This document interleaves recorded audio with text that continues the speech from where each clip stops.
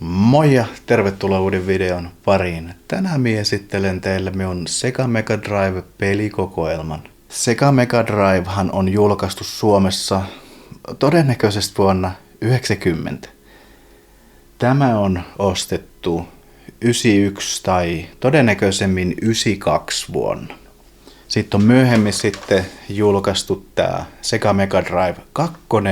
Tämä ensimmäinen malli on meikäläisen suosikki näistä kaikista retrokonsoleista ja ehkä jopa kaikista konsoleista. Tässä on se alkuperäinen boksi, mikä on sillä aikoina ollut ja on tietysti tullut hommattua tämä Sega Mega Drive Mini, mikä on loistava. Tämäkin itsessään toimii hienosti, saa HDMI telkkuun kivasti, helppo häkätä, lisätä pelejä, jos haluaa. Nämä pelit, mitä minä tässä esittelen, niin suurin osa on sibbiä, jotkut on boxedeja ja kaikkia minä en ole pelannut. Osa on lapsuudessa tullut pelattua ja hommattua sitten aikuisena ja osa on tullut ihan keräilymielessä, että jos on tullut huutonetissä vaikka vastaan tai Sega-ryhmissä Facebookissa, niin on ostanut. Ja joskus on ollut tietysti ajatusta, että ostan ton ja teen tosta jonkinnäköisen YouTube-videon. Tai sitten joskus, kun yritin vähän striimailla, niin oli siihenkin tarkoitus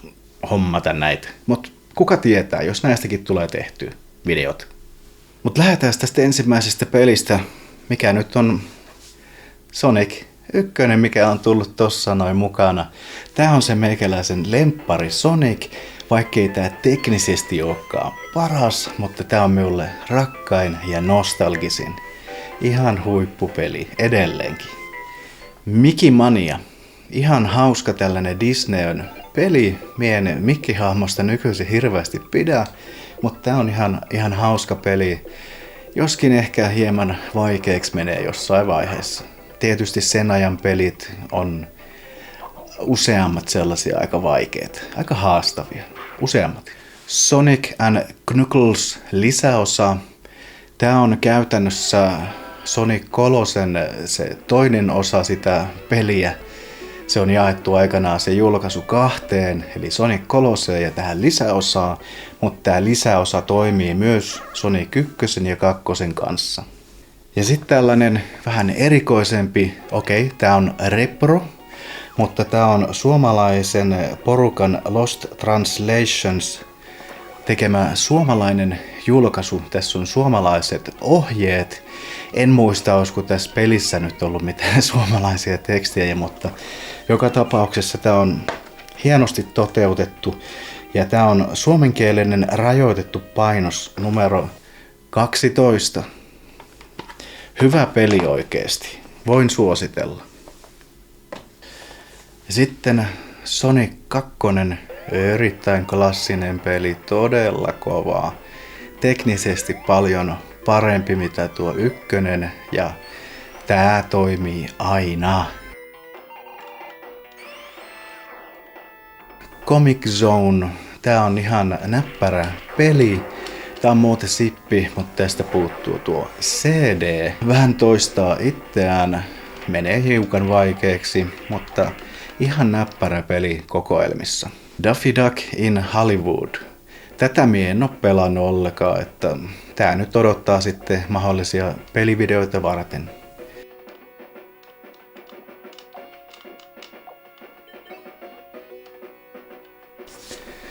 Street of Rage 3. Tää on se samainen peli, mikä on hommattu vuonna 1995. Tää maksoi 599 markkaa Lappeenrannan Sokoksella. Ostettiin tää veljen kanssa puokkiin. Tää on edelleen loistavassa kunnossa. Ohjekirjakin on oikein näppärässä kunnossa siellä niin ja aika kovassa kunnossa. Kiva, että on koko setti Street of Ragea omassa hyllyssä.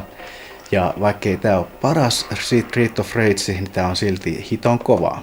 Mortal Kombat 3, ja tää on kanssa niitä, mitkä on tullut hommattua sitä varten, että on tullut hommattua keräilymielessä ja lähinnä. Sama homma T2 kanssa, että tätä en oo edes kokeillut vielä. että odottaa kokeiluaan, mutta kiva, että tääkin on hyllyssä. Minä rakastan tätä elokuvaa. Et yleensä lisenssipelit ei ole kovin huippuja, mutta kuka tietää, vaikka tää yllättäisi. No niin, sitten loistava Golden Axe. Tää on boxedi, tää on minun varakappale, minulla on sippi tulossa kohta. Spider-Man. Tää minulla oli pienenä kaverin kanssa, pelattiin tää melkein läpi. Sitten jostain syystä minä halusin palauttaa tämän mustaan pörssiin sen kappaleen, mikä silloin pentuna oli. Ja sitten sen tilalle minä vaihoin sen Street of Rage 1. Bare Knuckle 2 eli Street of Rage 2. Ja tää on Aasian versio PAL-peli ja tää vaatii tällaisen adapterin, että saa tungettua tuohon Suomi-koneeseen. Et muuten se toimii. Et jos tuon vaikka repisi auki leikkaisi siellä, niin se toimisi, mutta tää on ehkä vähän parempi tää adapteri. Tää on minun lemppari Sega Mega Drive-peli. Tää on minun lemppari taistelupeli. Tää on ihan perhanan kova. Ihan siis vitsi.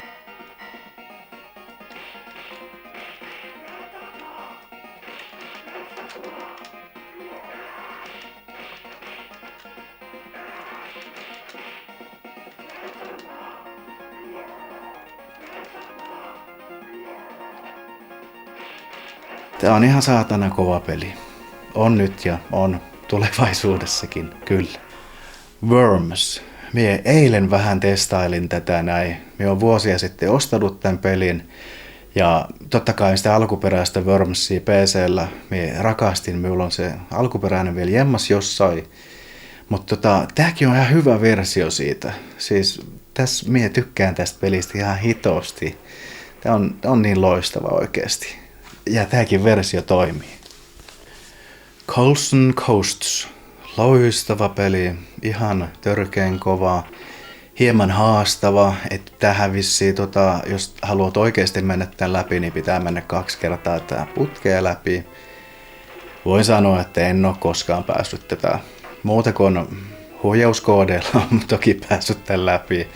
Olikohan siinä loputtomat elämät. Mutta tää on upea peli ja ihan pirun hyvä arcade-porttaus. Kova peli silti.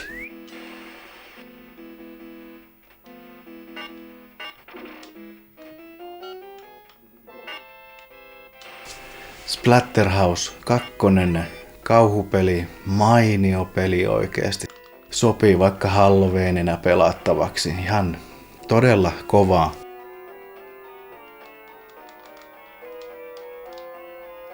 Ja itse asiassa silloin kun me hommasin tämän Mega Drive 2 kaverilta, niin mukana oli taas Splatterhouse 2 sekä 2 ohjainta. Ja se maksoi 20 €. Toki tästä on 20 vuotta aikaa, mutta silti ihan hyvä diili kyllä. Sonic 3 Flickies Island. No, rehellisesti sanottuna mie en tykkää tästä pelistä. Tää on ihan vaan keräilyn vuoksi.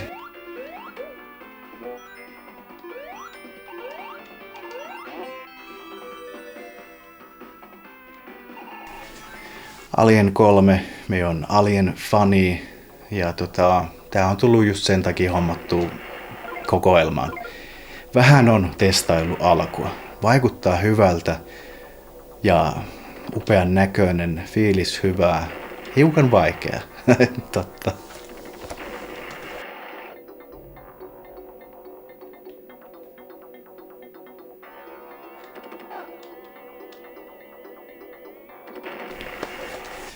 Ja sitten siihen Street of Rage 1, ensimmäinen. Se mistä se lähti, se loistavuus oikeesti silloin. Ai vitsiläinen. Muistan kun tää tuli haettua ja kavereiden kanssa pelattiin tätä ihan todella paljon. Ja tässä nämä musiikit ja pelattavuus ja tässä on minun lemppari musiikit näistä Street of Rage-peleistä. Et teknisesti ja pelattavuudeltaan tuo 2 on minusta se paras, mutta kaikista ikonisimmat ja nostalgisimmat musiikit on tässä. Tää on saatanan kova.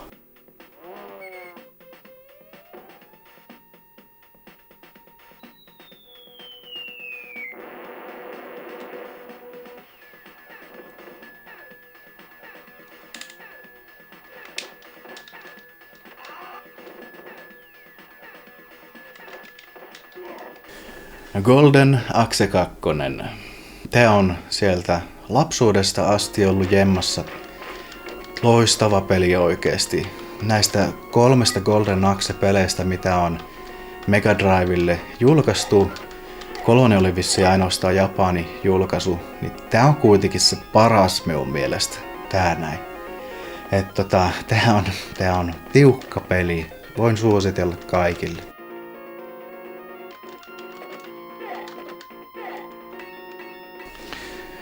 Michael Jackson's Moonwalker. Tää on kanssa aika sellainen legendaarisen nostalginen peli. Tää perustuu erittäin paskaan elokuvaan, minkä mä oon nähnyt aika monta kertaa silloin lapsena. Tässä on lähinnä se idea, että Michael Jackson, sen musiikki soi tässä näin ja se potkii ja heittää hattua rikollisia vastaan ja pelastaa lapsia. Mutta hänen musiikki on ihan hemmeti kovaa, niin tässä on kovat musiikit ja ihan hauska peli muutenkin.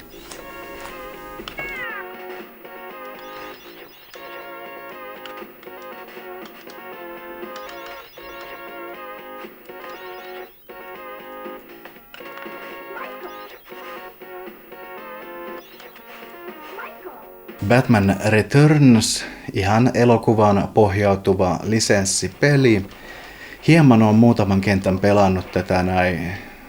Vaikea, mutta ihan hyvä. Kyllä minä jatkan tätä näin. Ja varsinkin kun se elokuva on niin hemmetin kova, niin tää on suhteellisen hyvä lisenssipeliksi kuitenkin.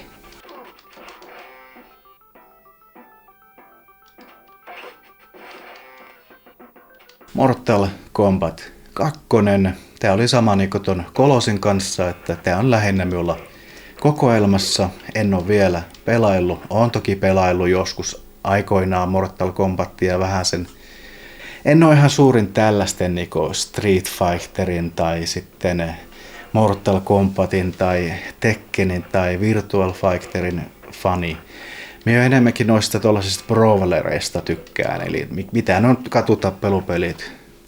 Mut kiva, että on kuitenkin kokoelmissa. Wonder Boy 3 Monster Lair. Tää on Wonder Boy pelisarjaan kuuluva peli ja tää on tasohyppely shoot 'em up peli. Sellainen aika erikoinen sekoitus, ei missään nimessä huono. Voisi olla parempikin, mutta ihan koukuttava ja hyvä lisä, erilainen lisä tähän Wonder Boy-pelisarjaan. Ihan cool.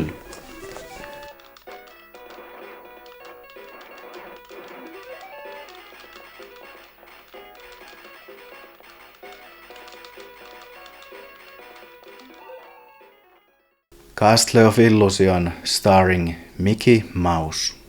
Tää on oikein Chef Kiss, siis tää on ehkä, olisiko tää paras Disneyn Mega Driven peli. Tää on aivan hemmetin loistava, siis tää on täydellinen oikeesti. Lapsena mä pelasin tän monta kertaa läpi. Muutama vuosi sitten, kun me striimissä pelasin tätä näin, niin en päässyt kyllä ihan loppuun asti, että olisiko toka vikaa kenttää, mutta ihan loistava.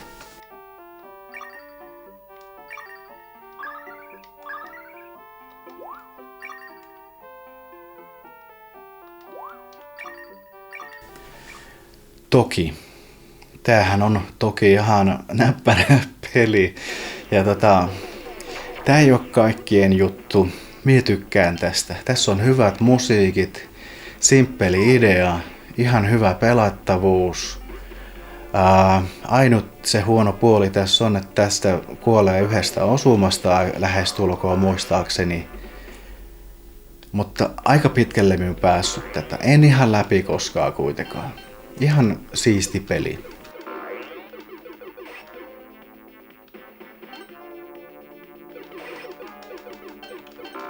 Niin, ja tästä Tokistahan on tehty remake ainakin Switchille. Disney's Aladdin. Tää on tiukka. Tää on todella hyvä. Ja varsinkin Disney lisenssipeliksi tää on aika samankaltainen mitä Super Nintendon, jos en ihan väärässä ole, mutta kuitenkin vähän erilainen. Mutta loistava.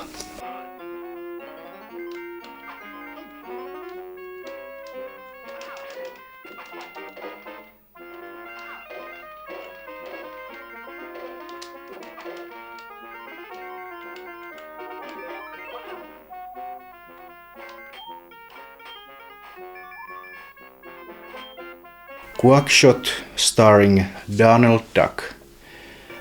No, tästä huomaa, että tää on ehkä niitä alkuajan pelejä. Tää on 91 julkaistu. No joo, milloin tuo oli tuo Castle of Illusion? Castle of Illusion julkaistu 90. Eli tää on julkaistu myöhemmin, mutta tää ei ole kyllä todellakaan mikään kovin ihmeellisen hyvä peli minun mielestä. Kyllä tätä pelaa, kiva olla hyllyssä, mutta en voi suositella. Battletoads. Tätä me on lähinnä pelannut Game Boylla, mutta näähän on aika samankaltaisia. Pitäisi olla aika samankaltaisia kaikilla alustoilla. Eli ihan helvetin vaikeita. Ainakin se kiiturikohtaus, vai mikä se nyt olikaan. Mutta tää on kanssa Aasian versio, niin tarvitsee tän palikan, jos haluaa pelata eurokoneessa. Mutta PAL kuitenkin.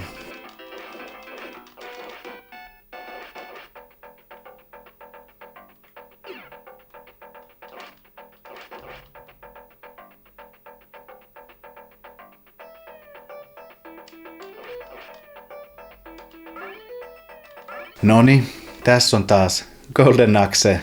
Tässä on se Zippi-versio.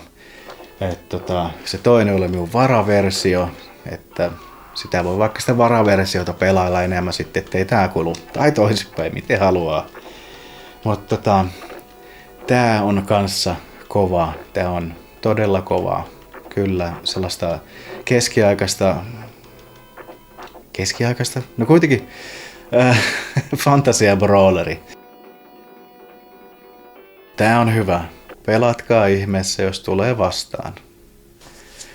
Sonic 3. Tätä minulla ei ollut lapsena, ei ollut kavereillakaan. Me joskus 5 vuotta sitten osti tän. Olisiko me puoleen väliin pelannut tänään? Siis ei missään nimessä huono. Hyvä peli, mutta ei tää samalla tavalla lähde tuo 1 ja 2. Silti ihan tiukka.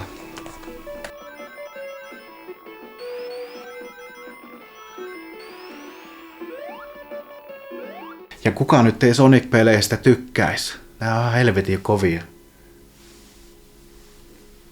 Batman, ja tähän pohjautuu suoraan siihen vuoden 89 elokuvaan. Tää on ihan hyvä, inasen vaikea. Kontrollit ei ollut kyllä ihan niin hyvin responsiiviset mun mielestä tässä, niin jos verrataan tuohon Nessin vastaavaa. Se Nessin versio on paljon parempi kuin tää näin. Tähän elokuvaan pohjautuvista Batman-peleistä tää on minun mielestä se huonoin. Sitten vielä pari hassua. Sieltä World of Illusion starring Mickey Mouse and Donald Duck. Tää on ihan helvetin maaginen ja fantastinen peli. Sä voit pelata tätä yksin. Sä voit pelata tätä kaksin. Tässä on hieno tarina, upea pelattavuus, kaikkea sellaista. Tää on tiukka. Tälle iso suositus.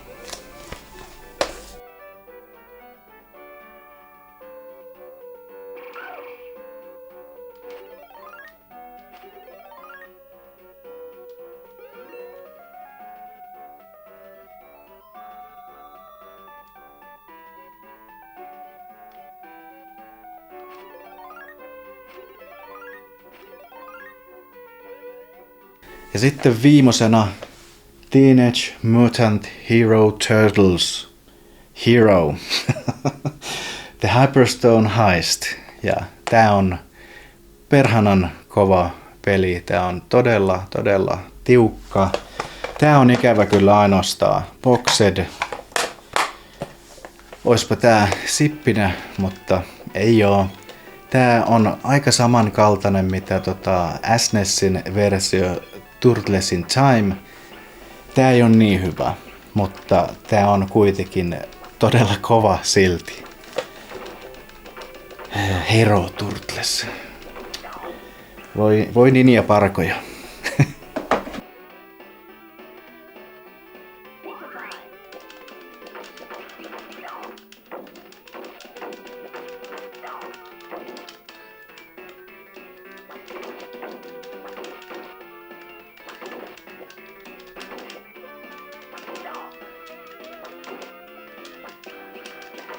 Ja sitten on Mega Everdrive X5, jos haluaa vähän pelata pelejä, mitä ei satu omasta kokoelmasta löytymään, ja ei halua tällä pelata, vaan haluaa aidolla raudalla, niin tällainen onhan näppärä. No niin, sellaisia pelejä löytyi sieltä. Noin 30 peliä.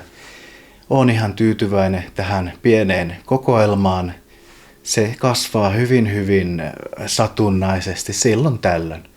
Mitä tykkäsitte? Laittakaa kommenttia. Löytyykö mitään hyvää sieltä?